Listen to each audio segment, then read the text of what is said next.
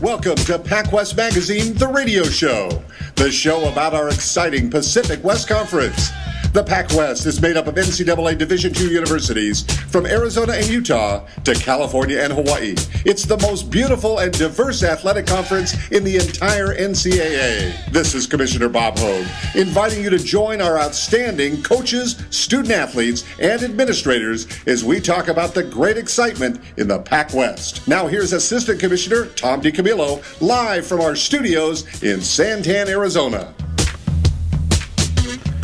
We are live in the beautiful studios of Joe Carreiro at KQCK Radio in the Santan Valley. And Joe, we're just so glad that the station didn't float away last night when we had that torrential rain. And people don't probably realize you have this wash that is right behind the building. It is, but that's why we put that big berm up there. So how do you get from your house out the gate? Because that river cuts it off. Are you kind of stuck in your house till it goes away? If it's flowing 5 feet deep, then we're a little stuck. So do you have like something for rescue in case you need to get rescued? We just call the helicopter. And they come in and land? Right. Well, we are going to continue our series here. It's PacWest Radio. It's Thursday. It's noon here in the Pacific Daylight / Mountain Standard Time Zone of Arizona. And joining us momentarily will be Dennis Jansen, the athletic director at Fresno Pacific University. We've continued a series of the new schools joining the Pacific West Conference. We had Gary Pine on from Azusa Pacific and Ethan Hamilton from Point Loma have both joined us in the last couple of weeks and talking about the transition. And Dennis Jansen from Fresno Pacific University, the Sunbirds, will be joining us momentarily.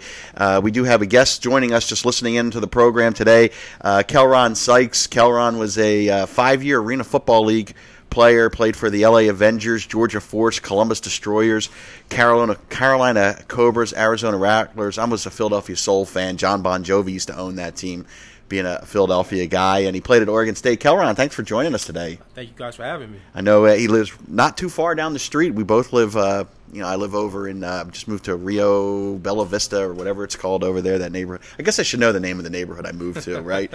So, but Kelron's joining us today, and Joe's got his dad in the studio today joining us. He's trying to stay out of the humidity. That's because he loves this atmosphere. But right. The Pacific West Conference, it's funny, one season ends, and the next season begins. The PacWest is jumping from 10 to 14 institutions this coming year, adding 4 sports, going from 11 to 15. And you can already feel it, even though it's still a little bit early in July, that we are getting ready to get the season started here at the end of August. The PacWest fall sports will consist, obviously, of women's volleyball, one of the big sports in the conference. Men's and women's soccer we obviously will be in full force. Men's and women's cross country, and then we also have we call it sort of the dual sports season. Men's and women's golf, and women's golf is a new program to the conference, and they have a fall season, and their championships will be in the spring. This year we're adding men's tennis. We already had women's tennis, and women's tennis, one of the top programs, Hawaii Pacific and BYU Hawaii, some of the top programs in the nation. And then track and field will be joining the Pacific West Conference. Brand new. We've never had it. And actually the schools in the conference will have a championship. So a lot of exciting things going on. But first we want to talk to Dennis Jansen from Fresno Pacific University, the athletic director. Dennis, welcome to the program. Hey, thanks, Tom. Glad I could come on. We've been doing a series, Dennis, with the new schools joining the Pacific West Conference, and we want to talk about Fresno Pacific University. And obviously it's in Fresno, the Fresno area, but kind of give the people that are not familiar with the school and where it's located and its history. What is Fresno Pacific University?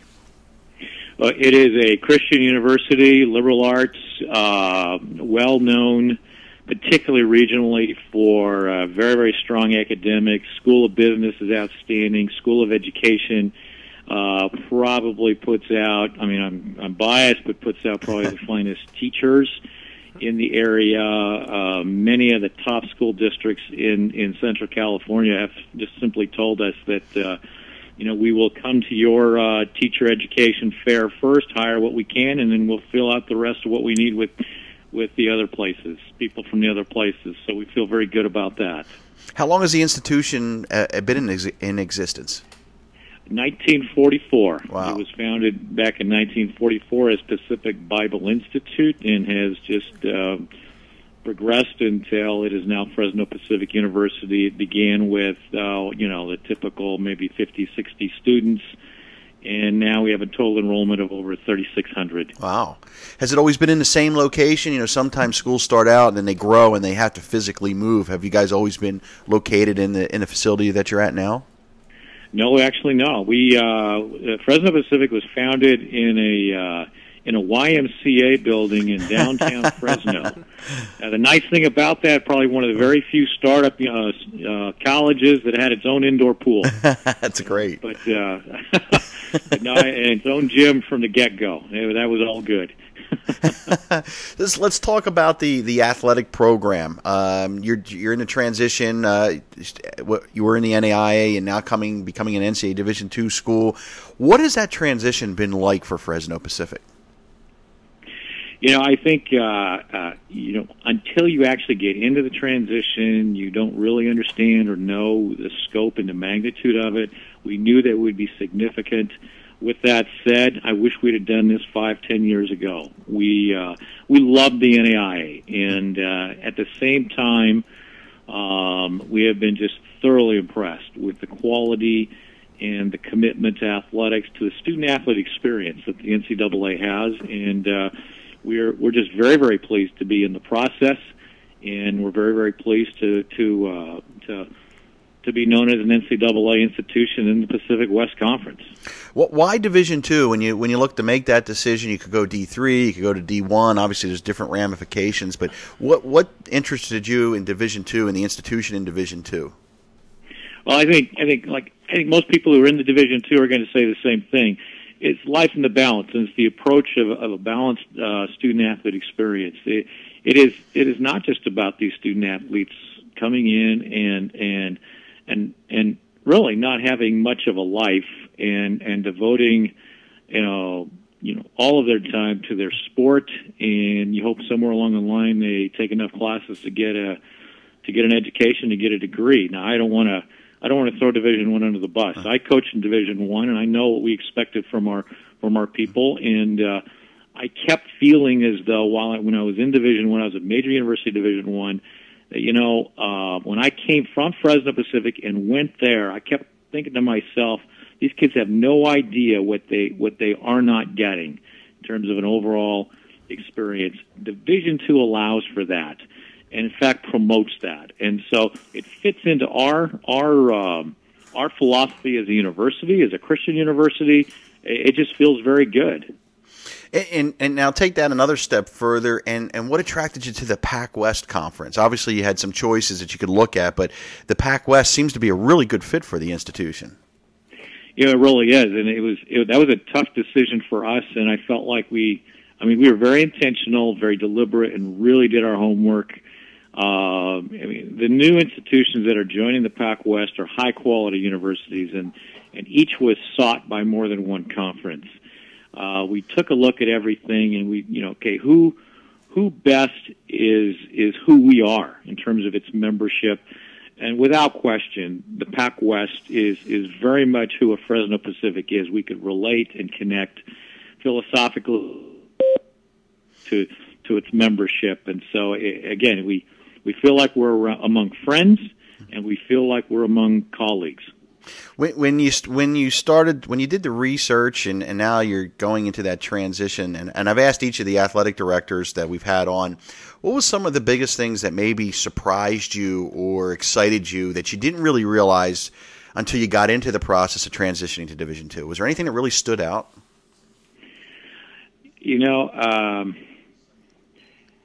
We knew that it would be. People keep talking about you have to change a culture. And the NAI culture is a wonderful culture. I think everybody, we were a little unusual here from what we've been told in that virtually every one of our coaches was on board from the very beginning. Apparently that is not always the case, and that is actually unusual. I think the excitement of NCAA and what that means in the college athletics world, our community here in Fresno is pretty unique in that what they understand. Of course, we have Fresno State across town, a Division I institution. We have many sports here that have been very successful. Head-to-head competition with Fresno State. We are not scared away by the fact that Division I, and we are not competitively. Yet, I think that watching coaches getting used to recruiting calendars and just the level of accountability and being careful that the visits to the compliance office are getting more and more frequent from about every single coach. And I see coaches walking out with this stunned look like, you mean I can't do that? No, you can't. And yet, once you get used to it, and again, I coached. I was in Division I for 3 years. I know what that's like. You get used to it. You totally get used to it. It becomes how you operate, and I didn't find it impinged upon what we ever tried to do back in those other places at all. And I think our coaches are adapting well. I think you hit something on the head. There is probably that statement that you made that there are a lot when that transition happens that coaches and even fans and alum it's the change part that scares them the most, and it seems like your coaches have adapted. The fact that you said they're coming in and asking the questions in a compliance instead of being afraid of it is a really good sort of indication of where you guys are going. But was it a hard sell for fans, alums, previous student athletes who were so used to being in the NAI to make this transition? It actually wasn't at all. I was a little surprised. We were pretty intentional on how we were going to process the actual decision itself, and a real blue ribbon type committee that ranged from board of trustees, faculty, student athletes, some athletic administration, although we intentionally kept athletic administration for the most part out of this committee, and even senior university administration. We had alumni representation. We had community representation, and when the vote was taken, it was a unanimous vote at the board of trustees level. It was unanimous within the athletics department.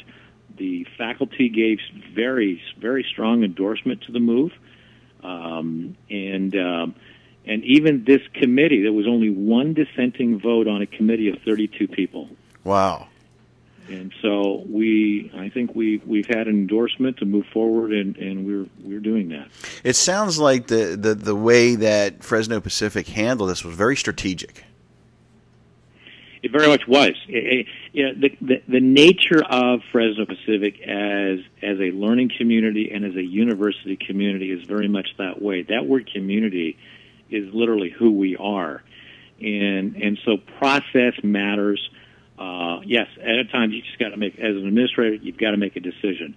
But we really try to be inclusive in how we operate, give people voice, and in the end, that becomes a strength.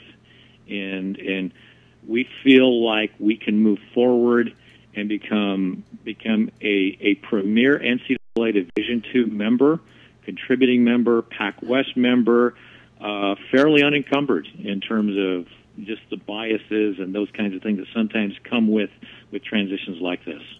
We're talking with Dennis Jansen, the athletic director at Fresno Pacific University, and one of the newest members of the Pacific West Conference. Is there an air of excitement, Dennis, about that first home game as an NCAA Division II school and playing another PacWest school, or even a non-conference game, but that first home game this year where you guys are Division II and now you're on your way? Is there an air of excitement about that? You bet there is. We're going to promote the heck out of it, and it's going to be. There's buzz. Our student life division is really ramping up how they're going to get involved in getting every student out to competitions, these early season openers and things like that. And so we're just going to do everything we can to have the kids show up, to have our community show up, and then make it such a great event that they want to come back over and over and over. They just had a great time, and everyone's pretty excited. We're trying to ramp it up and do the best we can.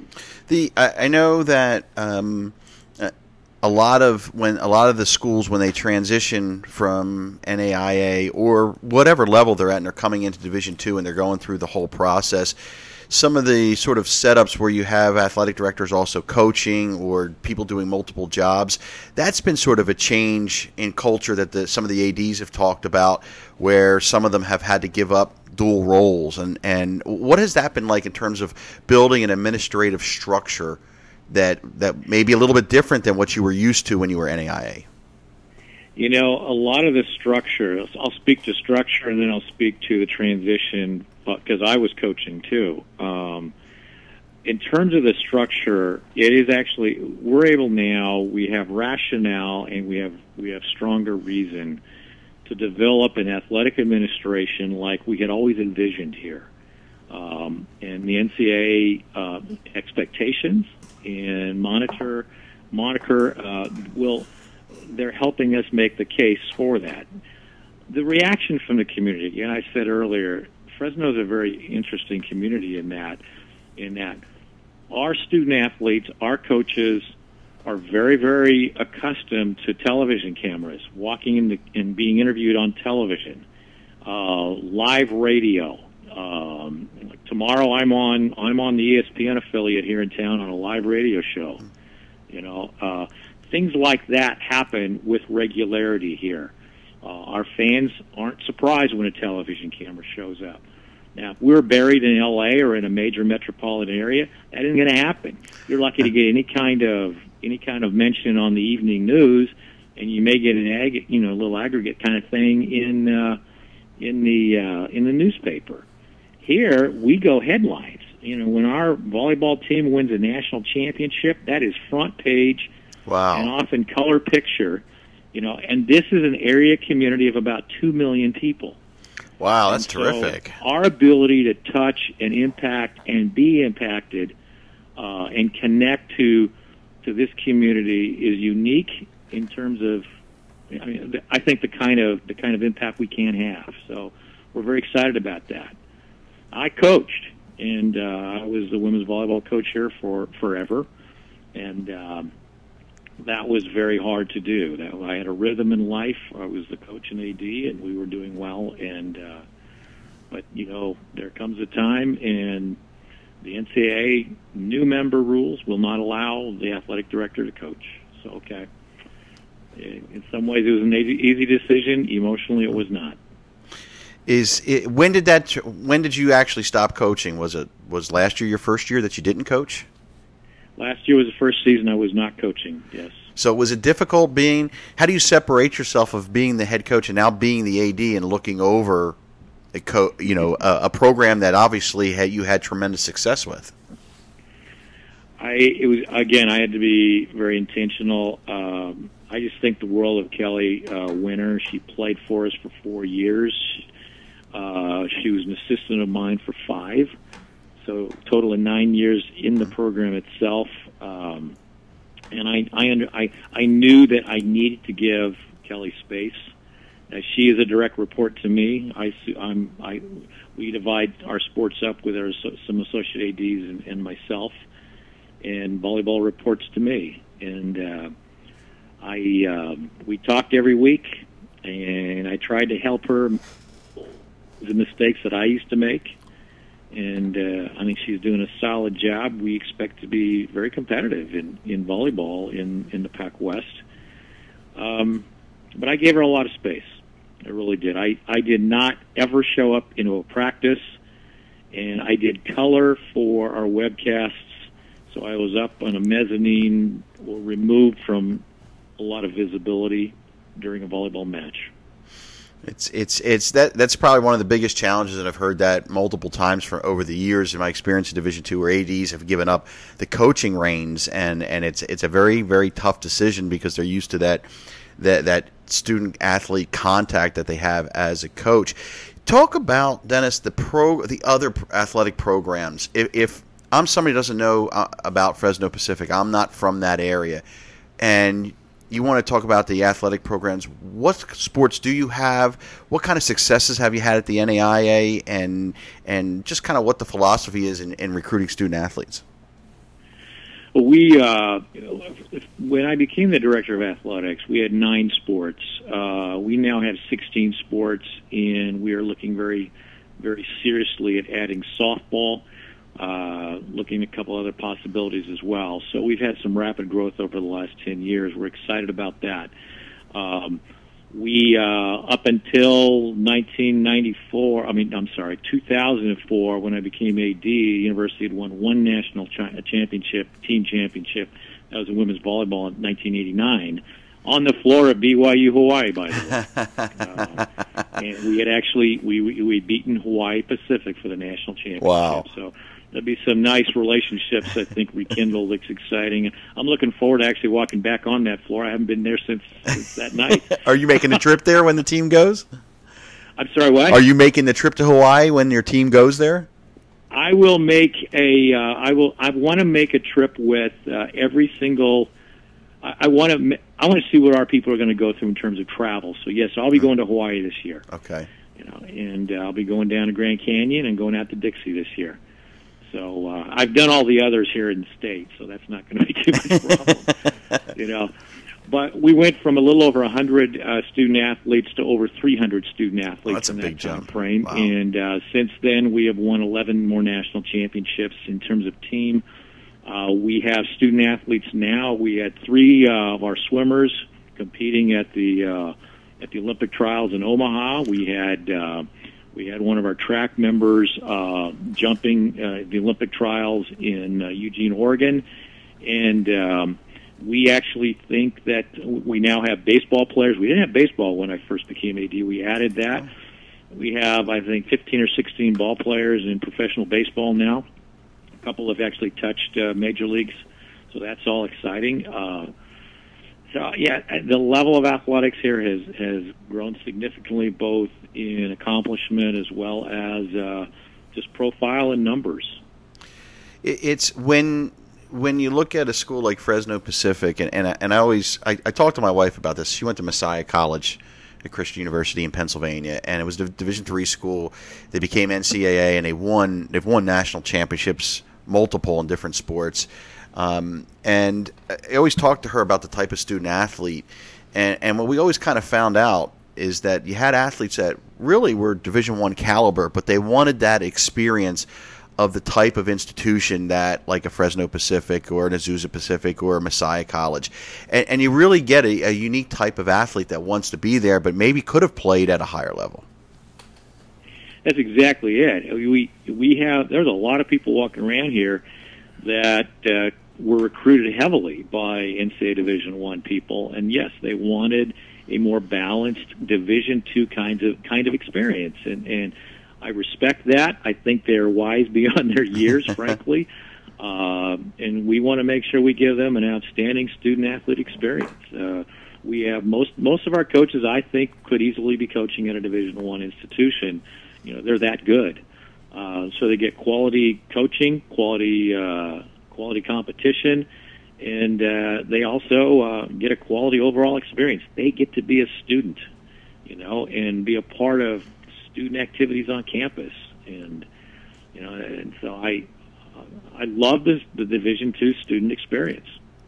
We're visiting with Dennis Jansen, the Fresno Pacific University athletic director, and one of the new institutions joining the PacWest. They've been in the transition mode this year. Fresno Pacific will be eligible for all the awards that the PacWest has to offer, including the championships. Not eligible for the NCAA tournaments this year yet, but in the very near future that will take place. Dennis, when you look at the PacWest, and when you look at Division II across the country, usually there's a lot of the conferences have schools that are fairly similar. You have state schools that are all in a conference. You have private schools all in a conference.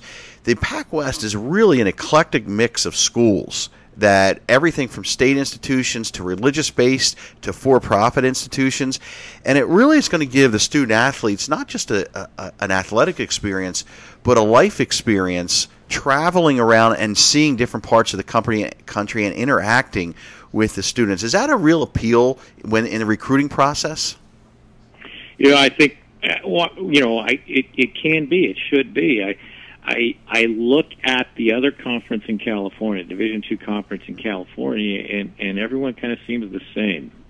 I don't see that uniqueness and that variety and that flavor that the PacWest brings. I mean, yeah, sure, our kids are excited about going out to Hawaii. I hope they understand that you go out there and, when you're looking out over the ocean, appreciate it. But when it's time to compete, you compete. And I think our people will do that. Arizona and Utah bring its own kind of beauty. We'll do our best to make sure they behave when we pass through Las Vegas.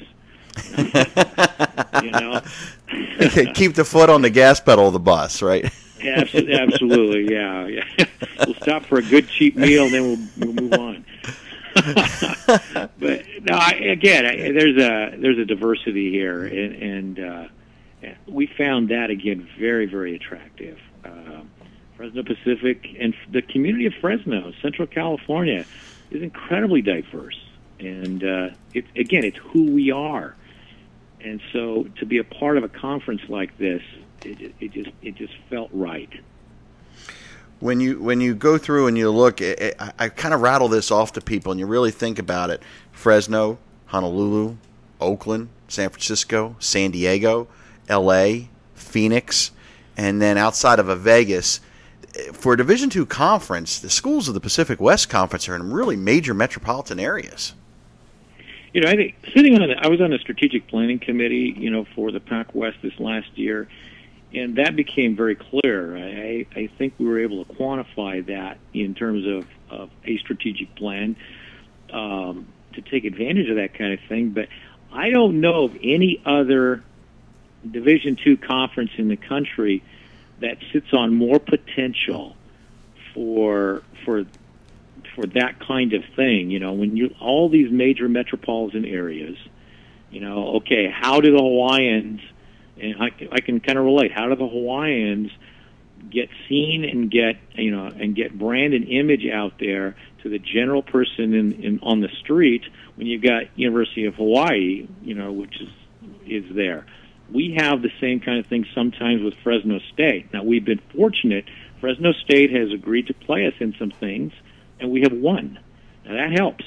That helps a lot. But yet, and we've established an image and a reputation in town for being athletically very, very competitive and for doing it right in terms of the kinds of students that come through here and the kinds of kids that come through here behaviorally and et cetera, et cetera. So we image well and we compete well. One of the things I wanted to touch on before we have just a few minutes, the nickname of the institution. Can you tell the fans what the nickname is and how it got its origin? Well, we are the Sunbirds. We became the Sunbirds in 1982. Prior to that, we were the Vikings. Anytime any institution goes through its athletic mascot change, there's a whole lot of emotion and feeling, and those things don't always change easily. It changed the year before I got here, and I'll admit I heard it change, and I thought, you got to be kidding, Sunbirds, what's that? But I wasn't affiliated with the university at the time. It changed, honestly, because, the way we became, make a long story short, the way we became Vikings, no one really knows. We think it was probably a sports editor of a school newspaper back in the 40s who came from a high school, not the Kingsburg Vikings. He probably had been a student in high school there and just, there's no name, I'll make a name up. I'm a newspaper guy, I'll do that. And it kind of stuck because no one really cared. And then there's a lot of people, you will still see T-shirts at athletic events that say something like Vikings Forever or whatever, And but they changed it formally. Sunbirds is actually it's about the sun. Actually, is representative of Central California. The sun shines and that kind of thing. And then birds has to do with soaring, and so they thought that's a nice little combination. We did, when I became AD, we did do another assessment with community, with everyone, alumni, current, past, whatever, students, and honestly, the Panthers came in a distant second. Sunbirds was clearly the overwhelming choice for everyone. They wanted to stay Sunbirds. They like it.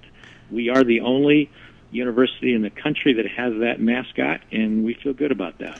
It's great to have a unique name because people remember it, and if fans listening today will remember it. Dennis, thank you so much for joining us. We look forward to seeing you when you come to Phoenix, and terrific luck this year for the Fresno Pacific University athletic program. Thank you, Tom. Dennis Jansen, the Director of Athletics at Fresno Pacific University, joining us for the PacWest radio show. And, Joe, just a terrific, we have had 3 of the institutions on, and that was the wave going through the Joe can't hang up the phone. That's actually... Dude. All right. I'll tell you, that was some good radio listening right there. Holy mackerel. Hey, that woke me up. I was starting to get in a trance or something. I'll tell you what, when you go, and today we've had a lot of storms in the area, so it delayed a little bit getting our information out. But, Joe, tell the fans listen to PacWest, because I know we're a little bit over time, but about the YouTube site and what's happened and how they can go back and see all the shows. Yeah, you can jump on our YouTube site now that I'm awake. KQCK Radio on YouTube and find lots and lots and lots of our past shows on there. Of course, you go to Facebook, KQCK Live, and like us on there. And when you do that, you'll get our announcements, our show announcements, and what we've got coming up and going on, too. So, terrific show, and I know Kelleron, he was listening in, he's getting indoctrinated into the KQCK studios, and we look forward to hearing from you more often in the future. Yes, sir. Thank you. So, for Joe Carreiro, I'm Tom DiCamillo, and we'll catch you next Thursday on PacWest Radio, live from the Santan Valley. Why is it so hot in this room, yet cold in other rooms? There's got to be a solution. You need to call the company For Your Comfort, servicing residential and commercial AC, heating, refrigeration, and low temp. For Your Comfort, LLC is the company that makes you comfortable. We provide same-day and emergency service. Everything from system checkups, repairs, installation, and air quality. We also take care of manufacturer warranty, repairs, commercial ice machines, walk-ins, and much more. We can assess your air quality and find solutions to make your home or business more efficient and comfortable. That's our goal. Licensed, insured, bonded, and NATE certified. For Your Comfort, LLC is ready for your call. 480-882-2048. Because of the company For Your Comfort, my home is now cool and comfortable. Thank you so much. You were fast and friendly. What did I tell you? For Your Comfort, the solution to your AC issues. 480-882-2048. Hi, this is Daniel, your host for Rock and Roll 101, every other Sunday at 5 on KQCK.